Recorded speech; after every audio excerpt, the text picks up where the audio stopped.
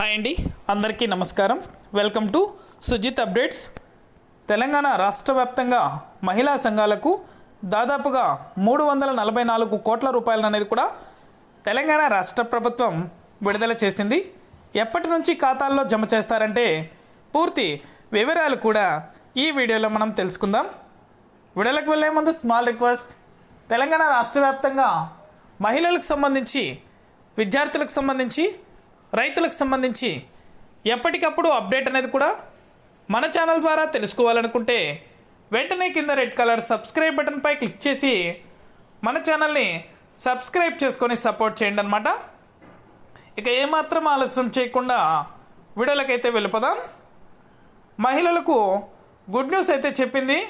Telangana SSG group గురించి మహిళా సంఘాలకు వడ్డీ లేని రుణాల కోసం రాష్ట్ర ప్రభుత్వం ఏకంగా 344 కోట్లను విడుదల చేసింది.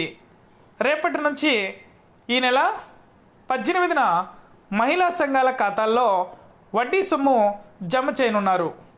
ఈ మేరకు 300 కోట్ల రూపాయలు అనేది కూడా గ్రామీణ మహిళా సంఘాలకు, 44 కోట్ల రూపాయలు పట్టణ మహిళా సంఘాలకు తెలంగాణ రాష్ట్ర ప్రభుత్వం విడుదల చేస్తుంది.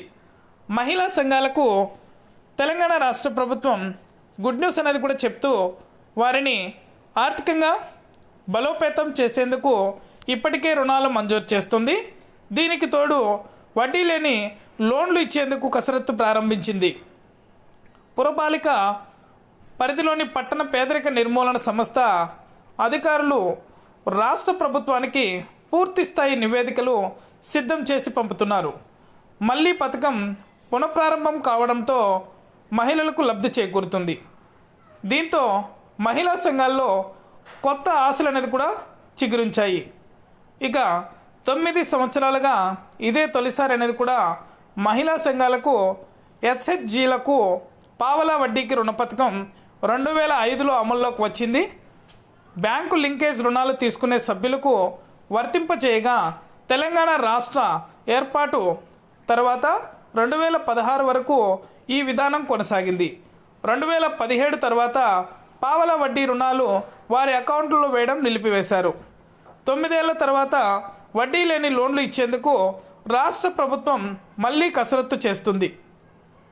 ఇక సూర్యాపేట 5 మున్సిపాలిటీల్లో మోప్మా సంఘాలు 218 ఉండగా 5486 మంది ఎస్హెచ్జి సభ్యులు ఉన్నారు. ప్రస్తుతం తెలంగాణ రాష్ట్ర ప్రభుత్వం ఎస్హెచ్జీల మహిళలకు అన్ని రకాల సంక్షేమ పథకాలను వర్తింపచేసేందుకు చర్యలు తీసుకుంటుంది. ఇందిరా శక్తి స్కీమ్ ద్వారా ఇప్పటికే సౌర విద్యుత్ యూనిట్లు, స్టీల్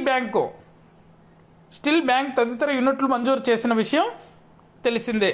రానున్న రోజుల్లో వడ్డీ లేని రుణాలు 10,000 నుంచి 1 కోటి రూపాయల వరకు ఇచ్చి స్వయం ఉపాధి యూనిట్లను నెలకొల్పి మహిళలను ప్రోత్సహించేందుకు కార్యాచరణ ప్రభుత్వం రూపొందిస్తుంది.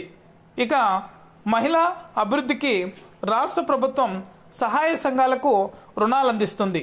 సంఘంలోని సభ్యులు వివిధ వ్యాపారాలు చేసుకుంటూ ఆర్థికంగా మరింత బలోపేతం అవుతున్నారు.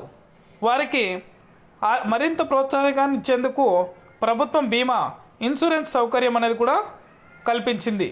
ఈ సంఘంలోని సభ్యులు శ్రీనిధి, ఇతర వ్యాపార అభివృద్ధి కోసం లోన్ తీసుకుని ఏదైనా అనివార్య కారణాలతో మరణిస్తే వారికి 2 లక్షల లోపు ఉండే దానిని రాష్ట్ర ప్రభుత్వమే చెల్లించనుంది.